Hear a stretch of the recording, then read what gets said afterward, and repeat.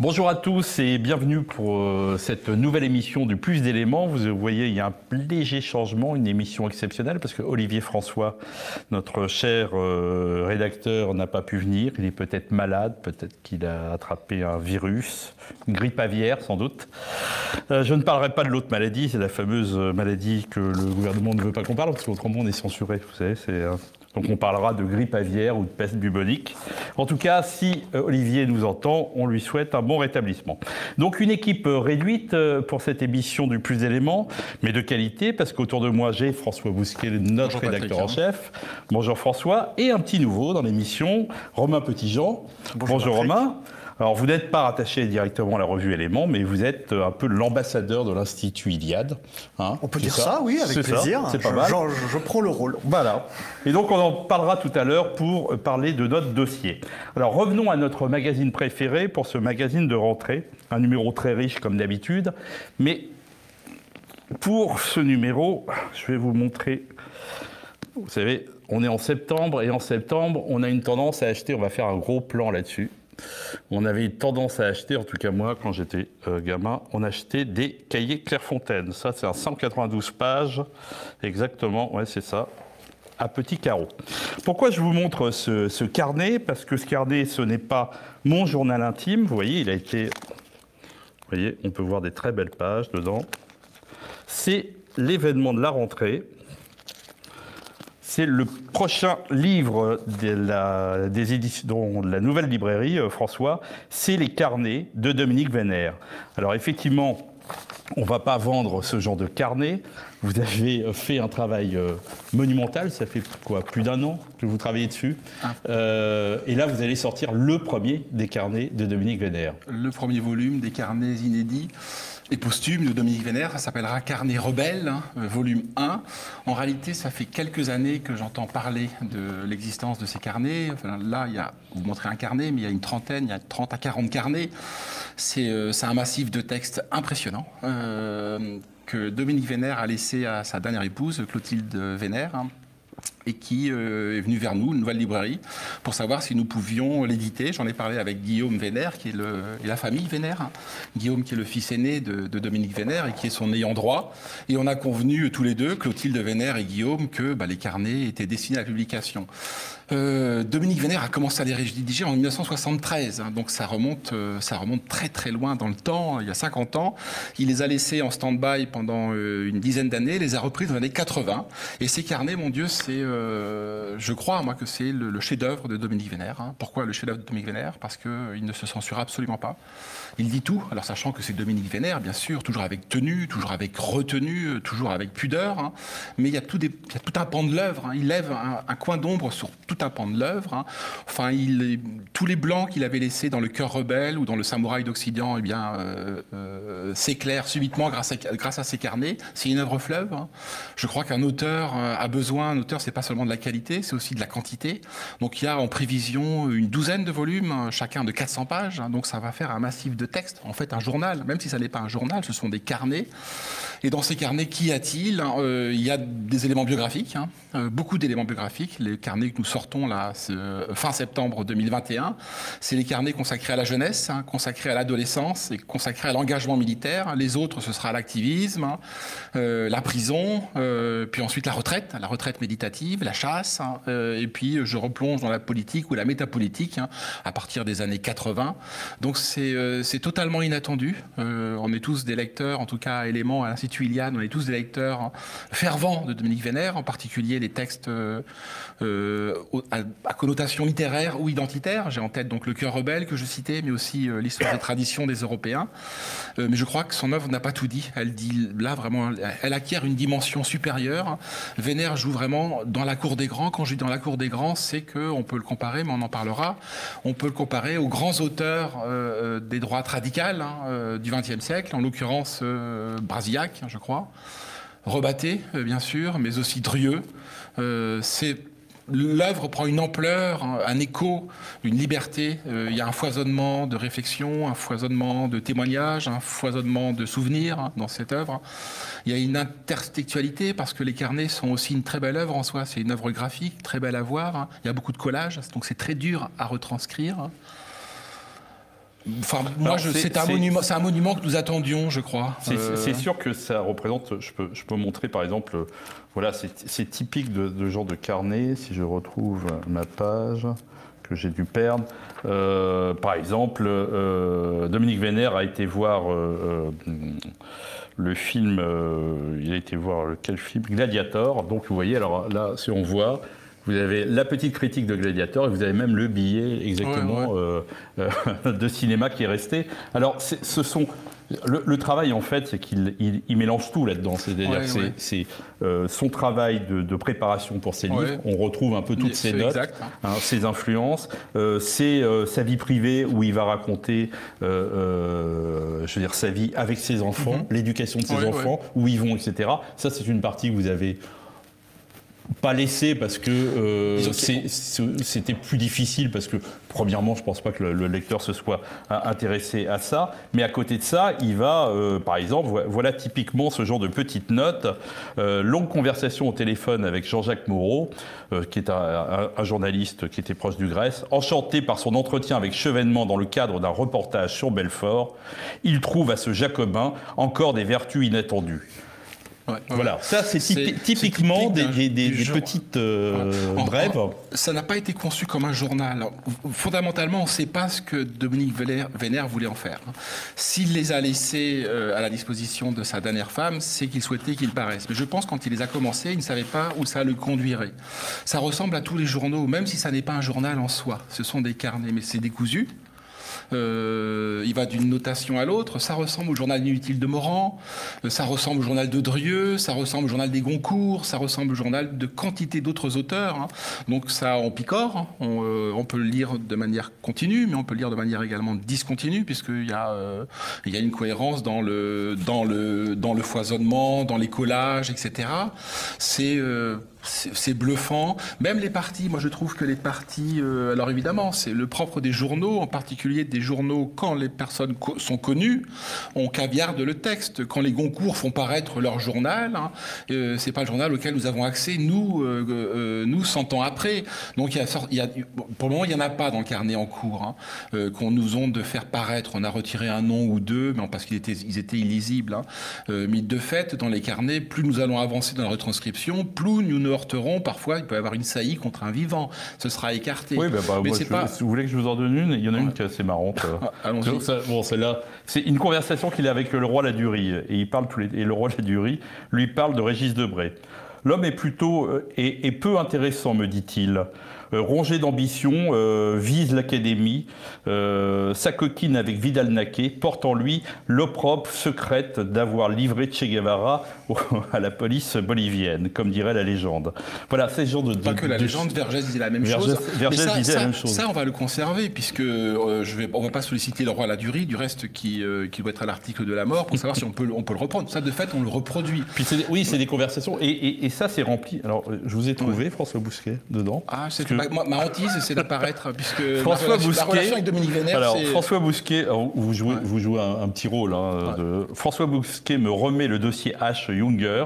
Un survol rapide me laisse supposer que, sauf exception, il y a beaucoup de bavardage littéraire et peu d'études substantielles et de révélations. Voilà, ça, on va le garder. Il se trompe, le dossier H était super paru à l'âge d'homme, mais bon, peu importe. Mais pour faire de l'histoire personnelle, moi j'ai eu l'occasion d'écrire 2 fois dans la NRH, et ma relation avec Dominique Vénère s'est assez mal passée, puisqu'il était très intrusif dans la manière de cornaquer ces journalistes. On a dîné ensemble, mais c'était sans suite. Mais il n'empêche qu'événement, il était fascinant. C'est un mélange vraiment, moi j'ai toujours l'habitude de dire, c'est un mélange de velours et d'acier, de froideur, de raideur, de crispation presque militaire, et à côté de ça, d'élégance, de frivolité. Il y a toute une dimension de frivolité qui affleure, qui fait plus qu'affleurer dans les carnets. Donc j'ai admiration pour le personnage, mais pour ce qui me concerne, c'était pas le cas de beaucoup d'autres, puisque ces équipes de journalistes étaient assez étoffées. Il a constitué autour de lui des pôles, des brigades de journalistes assez importantes. Moi, ça s'est moyennement passé avec lui. Pour autant, je l'admire. J'admire plus encore le geste qui a été sa mort le 21 mai 2013. Pour moi, qui a changé ma vie, puisque ce coup de feu continue de résonner dans mes oreilles. Dès que je passe devant Notre-Dame, j'y songe. Je pense évidemment à l'incendie. C'est 6 ans avant l'incendie de Notre-Dame. Et ma vie a été métamorphosée, de fait, par ce geste-là. Et je découvre, alors que j'avais beaucoup aimé Le Cœur rebelle, mais je découvre, il y a 2 ans, quand Clotilde Werner vient vers nous avec ses 40 cahiers, je découvre, pour un éditeur, c'est ce qui peut arriver de plus beau. Je veux dire, on en rêve tous. Un grand livre, un livre immense. Alors, moi, je crois. Ce qui est assez intéressant, enfin pas la rumeur, mais on disait toujours, beaucoup de critiques se faisaient sur Dominique Vénère en disant il avait connu. Voilà, Cœur rebelle, il avait connu l'Algérie, Europe Action, et ensuite il s'était mis un peu en retraite bourgeoise, la chasse, voilà, l'histoire, et ça s'arrêtait là. Quand on lit ces carnets, on s'aperçoit que le combat politique, il est dans chaque ligne, en permanence, il ne pense qu'à ça. Il pense qu'il n'a pas assez de temps. Il va tout faire. Il y a des passages formidables dans ces carnets où il s'aperçoit que pour monter sa revue d'histoire, parce qu'il considère que c'est un objet métapolitique important, il a besoin d'argent, il va voir des mécènes, il a du mal, il a de moins en moins lui-même a des problèmes d'argent énormes, il le dit, mais il faut y arriver, c'est un combat. Et vous parliez de sa mort, la mort et la chute de la civilisation européenne, elle est dans toutes les lignes. Là. Tout le temps, il ne pense qu'à ça. Et ce qui est fascinant chez lui, c'est que Peggy dit qu'on est un homme à partir de l'âge de 12 ans. Si on s'éveille à la vie à 12 ans. Après, mon Dieu, si on ne s'est pas éveillé à 12 ans, ce qui est fascinant en lisant les carnets, c'est qu'à 8, 9, je ne blague pas, 10 ans, tout Vénère est constitué. Sa vision du monde est déjà entièrement prédéfinie. Il sait ce qu'il va faire, c'est un combattant, fasciné par les armes. L'expérience algérienne, à 18 ans, il fait une tentative d'engagement dans la Légion étrangère, très Junger, à 15 ans, en Corse. Il est refusé, évidemment retoqué. Et il s'engage dans une école de sous-officiers à 18 ans. Et il part en Algérie, comme volontaire. Et c'est fascinant, à 18 ans en Algérie. Bon, alors là, évidemment, c'est une réécriture à 40 ans de distance. Mais il reproduit la correspondance qu'il a avec son père à l'époque. Donc on est vraiment en temps réel, dans l'événement. On se rend compte que sa vision du monde, c'est-à-dire un nationalisme européen, parce qu'on parlait des Européens d'Algérie. C'était pas seulement, c'était des Français, certes, mais d'origine espagnole, italienne, portugaise, française. Donc c'était les Européens. Il découvre l'Europe en Algérie. Et on se rend compte que sa vision géopolitique, idéologique, identitaire, donc philosophique, est constituée à ce moment-là. Il est là pour défendre les Européens, qu'il découvre en Algérie. Et il découvre en Algérie que l'Algérie est la frontière extérieure de l'Europe. Dès que l'Europe lâche l'Algérie, par exemple, après la chute de l'Empire romain, nous perdons l'Afrique du Nord, eh bien, une brèche s'ouvre pour conquérir. Ça aspire les Arabes, ça aspire les Sarrasins en Espagne, en France. Donc, depuis les guerres de Carthage, en fait, depuis les guerres puniques, donc depuis 2500 ans, la frontière européenne, c'est ça qu'il découvre en Algérie. Il le découvre à 18 ans. Après, il ne change pas. Il y a une continuité, moi je parle de son écriture, il y a une régularité, une fluidité, une beauté de sa, pas calligraphie, de son écriture. Elle est toujours de très haute tenue. Comme sa vision du monde, tout est fixé. Il ne fait que la déployer sur la longue durée. Vous parliez d'un effort de volonté, oui, c'est un effort de volonté sur un demi-siècle, sur 60 ans, toujours sur la brèche politiquement, même dans la période méditative, même dans la retraite, même dans la période de retraite, pour ce qui concerne la chasse. Et autre dimension des carnets, à un moment donné, le journaliste a les mains liées par son lectorat, a les mains liées par la censure, par quantité de choses. Chez Dominique Vénère, c'est encore plus frappant, c'est un personnage guindé, cravaté, corseté. Donc, jusque dans la langue, elle est très polie, les saillies sont retenues dans les éditos de la NRH. Là, non, je ne veux pas dire que c'est un Vénère débridé, il ne se débridera jamais, c'est Dominique Vénère. Mais il y a une violence, il y a une incandescence, il y a un feu qui ne retombe jamais à 80 ans. C'est la flamme qui l'anime perdure. C'est ce qu'il reproche parfois à certains de ses anciens amis, de se laisser aller, de s'embourgeoiser, etc. Il y a beaucoup de ça chez Vénère. Jusqu'au bout, il reste un rebelle. Un rebelle, un soldat.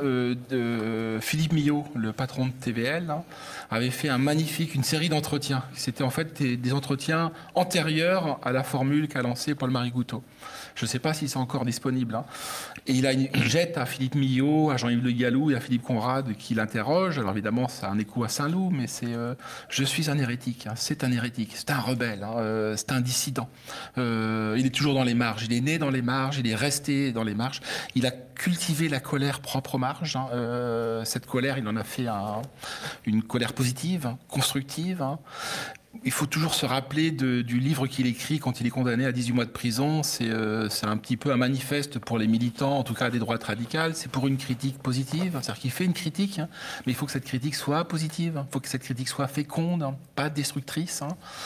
Toute cette vie est tendue, c'est une flèche. Hein, c'est une flèche. Alors évidemment, elle retombe le 21 mai 2013, hein, mais elle ne retombe que pour lui, pas pour nous, puisque moi, l'analyse que je fais de cette mort, hein, c'est que c'est une négation de la négation. Vous parlez comme un philosophe. Hein, c'est une mort de la mort. C'est que je me tue pour vous réveiller, pour vous sortir de ce qu'il appelait cet état de dormition. Il était très sensible. Hein, en tant que celte, en tant que païen, au vocabulaire orphique. Hein. Donc l'état de dormition, c'est le propre des contes de fées. Et il a voulu nous tirer de cette léthargie. Et, en tout cas sur moi, ça a changé ma vie. Je suis plutôt un homme de lecture, de littérature. J'ai travaillé là-dedans toute ma vie. Mais de fait, mon orientation politique s'est accélérée. Elle a toujours été là. Mais elle a pris une autre dimension après la mort de Dominique Vénère. Ouais. Alors, il y en a un autre sur le plateau qui, ça lui a changé la vie quelque part. Bien sûr. C'est l'Institut Iliade, c'est vous, Romain. Premièrement, qu'est-ce que vous attendez de ces carnets, vous ? J'ai eu la chance de connaître Dominique Vénère de façon intime. Et c'est vrai qu'il avait ce côté guindé, mais on pouvait percevoir sous la carapace, c'était une intimité qu'on pouvait percevoir, approcher. Donc d'une certaine façon, percer un peu la carapace, parce qu'on ne l'a jamais vraiment connu. Je pourrais rajouter, François a fait un magnifique portrait de Dominique Vénère, de ce qu'il était à la fois dans son action et dans sa pensée, qu'il avait à cœur de transmettre. Ça, c'est absolument fondamental. Et le fait d'écrire des carnets, c'était au cœur de sa formation et de son être le plus profond. C'est comment je vais transmettre ce que je suis, comment je vais transmettre des exemples, comment je vais permettre à d'autres personnes d'avoir marché un peu dans les pas, dans ce chemin que j'ai ouvert. Et à 80 balais, il était très droit, il était très dur et il était plein d'empathie et plein d'espoir dans la jeunesse. Il avait une vision positive de la vie et du combat et de la politique et de l'histoire. Et ça, c'était absolument incroyable, justement par rapport à cet embourgeoisement qu'on peut retrouver chez des vieux politiques ou des vieux intellectuels. Et ça a été très marquant. Donc je pense que cet aspect-là des choses va apparaître encore plus dans les carnets. On pourrait rajouter que le jour de son enterrement, Dominique Vénère avait tout préparé. Et les gens qui étaient invités, tous les gens qui étaient invités, c'est lui qui avait décidé qui allait venir. Et il y avait beaucoup de jeunes. Il y avait beaucoup de jeunes qui sont venus et il les avait désignés. Hein, c'était quasiment lettre par lettre, etc. C'était presque une invitation de Dominique Vénère qu'on a eu. J'avais quelques échanges avec lui, parce qu'à l'époque, je m'occupais d'un petit mouvement de scoutisme. Honnêtement, pour lui, qui s'occupait d'une revue d'histoire, qui avait des entretiens avec les grands de ce monde, il aurait pu passer outre, mais c'était très important pour lui, parce que c'était beaucoup de camps d'été thématiques, et il nous aidait à travailler ces thèmes. Il aurait pu passer son chemin, et ça montrait bien le type de personnage qu'il était, avec une grande confiance dans la jeunesse. Je vous montre un exemple, je vous donne mes intuitions, attrapez-les, et maintenant à vous d'en faire quelque chose, et c'est ce que d'ailleurs est devenu l'Iliade. Hein. L'Iliade, c'est une idée de lui. On peut pas dire ça, non. Non. On peut pas dire ça. Il avait envie que quelque chose perdure. Il a réuni un cercle d'amis, certains ont été cités, Philippe Conrad, Jean-Yves Le Gallou, Bernard Lugan ou Fabrice Le Sade, et il savait qu'il y avait quelque chose qui apparaîtrait après lui, mais il n'avait aucune idée.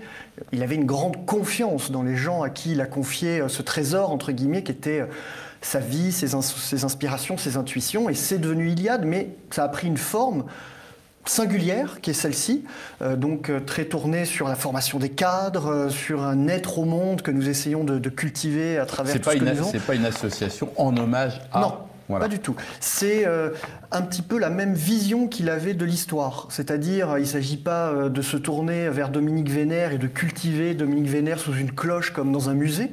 C'est la même chose qu'avec l'histoire. Ça ne sert à rien de se tourner vers l'histoire comme un endroit un peu chaleureux, où au moment où tout s'écroule, tout va mal, on irait trouver du réconfort. Non, l'histoire ou Dominique Vénère, c'est un endroit où on va s'abreuver, où on va se ressourcer pour se projeter vers l'avenir. Et il avait la même conviction, la même intuition, la même vision de la vie que de l'histoire.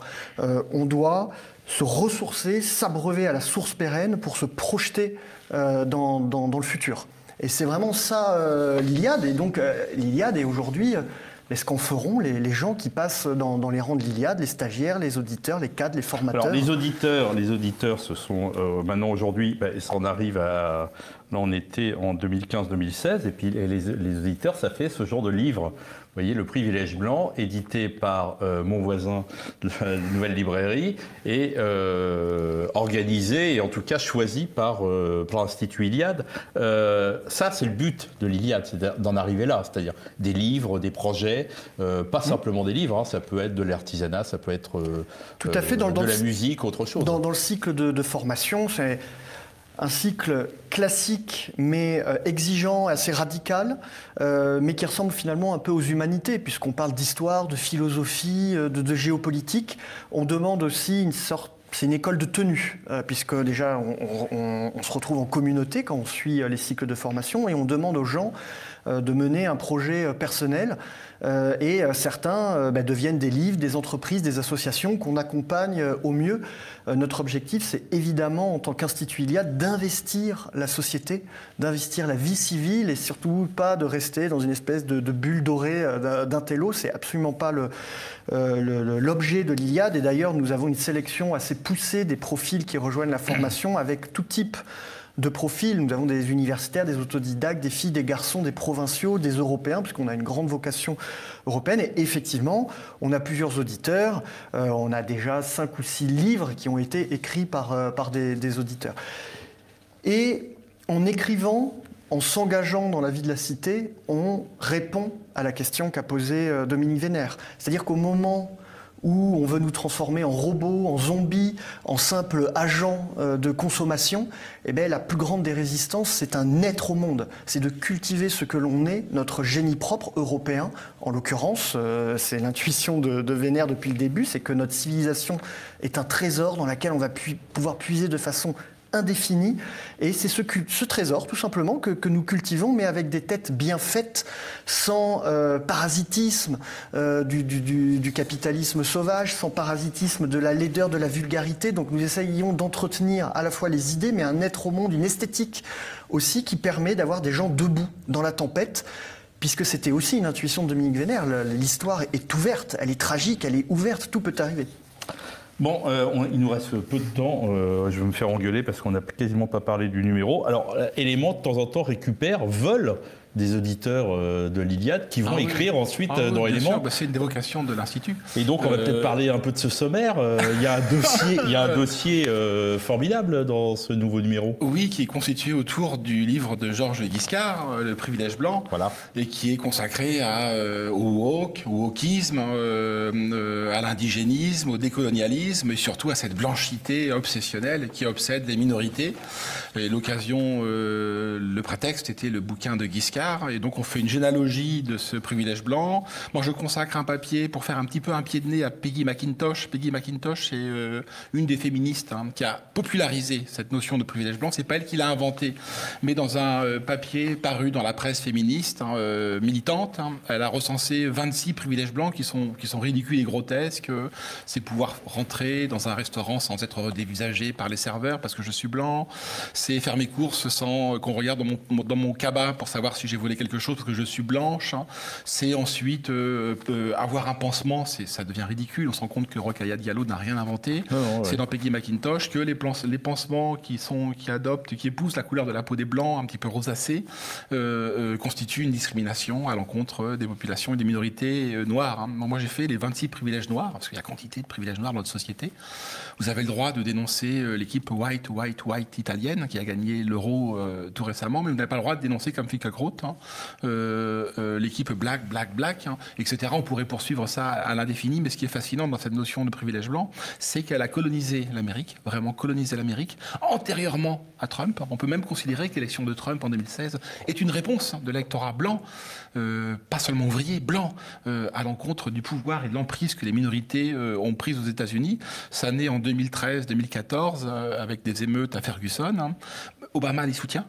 Obama qui, en 2008, avait annoncé une Amérique post-raciale. C'était le fantasme d'Obama. Ce serait une Amérique post-raciale, créolisée, métissée. Bien non, ces 2 mandats vont crisper cette question raciale. Et que nous allons importer malheureusement en Europe sur un schéma américain. Alors il y a une spécificité américaine, il y a aussi une dimension religieuse, mais c'est un grand débat. Et on s'attarde dans ce dossier sur ça, mais on parle également du Covid, bien sûr. On fait un entretien fleuve avec trois membres d'une même fratrie, les Molin. Laurence Molin, qui est un docteur infectiologue à l'hôpital d'Aix-en-Provence. Éric Molin, qui est l'ancien doyen de la fac de droit de Strasbourg, prof de droit agrégé, et le grand Olivier Molin, journaliste à VA, mais surtout grand romancier. Donc c'est un entretien sur le Covid. Vraiment, ça envoie et qui montre bien la situation des familles, qui ne sont pas d'accord du tout. Ouais. On s'entre-déchire dans les familles. Totalement. Et là, c'est le cas typique d'une famille qui s'entre-déchire, sauf que c'est un professeur de droit, un romancier, de médecine et un romancier. Et une infectiologue. Voilà. Donc, et puis il y a quantité d'autres choses, c'est vraiment un très bon numéro. Vous me direz comme chaque livraison, mais enfin je suis à la fois jugé et parti. Tout un travail qui a été fait, je pense à Guillaume Travers, sur les nouvelles lois qui ont été mises en place de notre surveillance à cause de ce Covid. Alors, et qui risquent de ne pas disparaître. Guillaume Travers poursuit également, membre éminent de l'Institut Iliade, poursuit sa série de bouquins, puisqu'il sort, il vient de sortir, La société de surveillance, stade ultime du capitalisme, à la lumière bien sûr des processus qui se sont accélérés depuis 1 an et demi. Le pass sanitaire, les QR codes, etc. Donc c'est un livre qui paraîtra à la Nouvelle Librairie. C'est un numéro d'éléments riche. Et comme on parlait de Vénère, et moi je parle de moi, mais je consacre 6 pages, je pense que ça les mérite, au carnet rebelle de Vénère, avec des photos qui surprendront tout le monde et que les téléspectateurs de TVL découvrent. Voilà, on va mettre la couverture, etc. Et puis de toute façon, il est en kiosque et vous êtes obligé de l'acheter. Et autrement, vous pouvez commander ça sur le site de l'Institut Iliade ou de la Nouvelle Librairie. Voilà, on se retrouve le mois prochain pour cette année-là sur un sujet, vous allez voir, ça va pas trop vous changer par rapport à ce numéro d'éléments. Bonjour chez vous.